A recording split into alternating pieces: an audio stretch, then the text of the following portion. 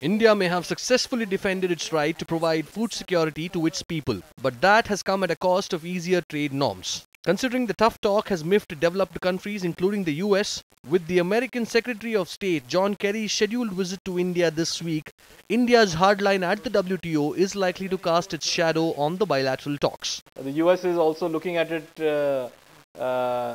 in a very serious manner. They would surely be having some backline discussions on this.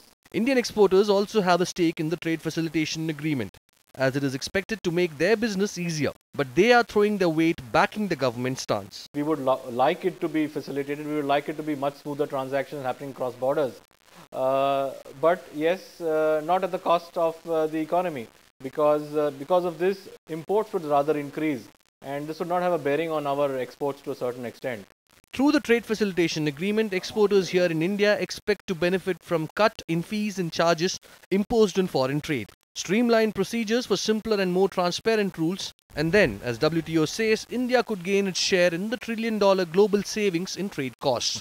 I think multilateral agreement is always preferable to bilateral agreement, and we also have been doing agreements with other economies. You need a trade facilitation framework for doing it. The government itself is keen on boosting exports to fill the gaping current account deficit, but not on unfair terms. Whether this trade pact will be a game changer is still a matter of debate. On the other hand, the importance of food subsidy for a developing country like India has already been established. The WTO math assumes that all that is earned and saved from these trade pacts will be equally distributed amongst member countries. That may not be entirely true. Developed countries like US and those in the Europe and big exporters like China will take home a big chunk, and that's not possible for developing countries like India to do.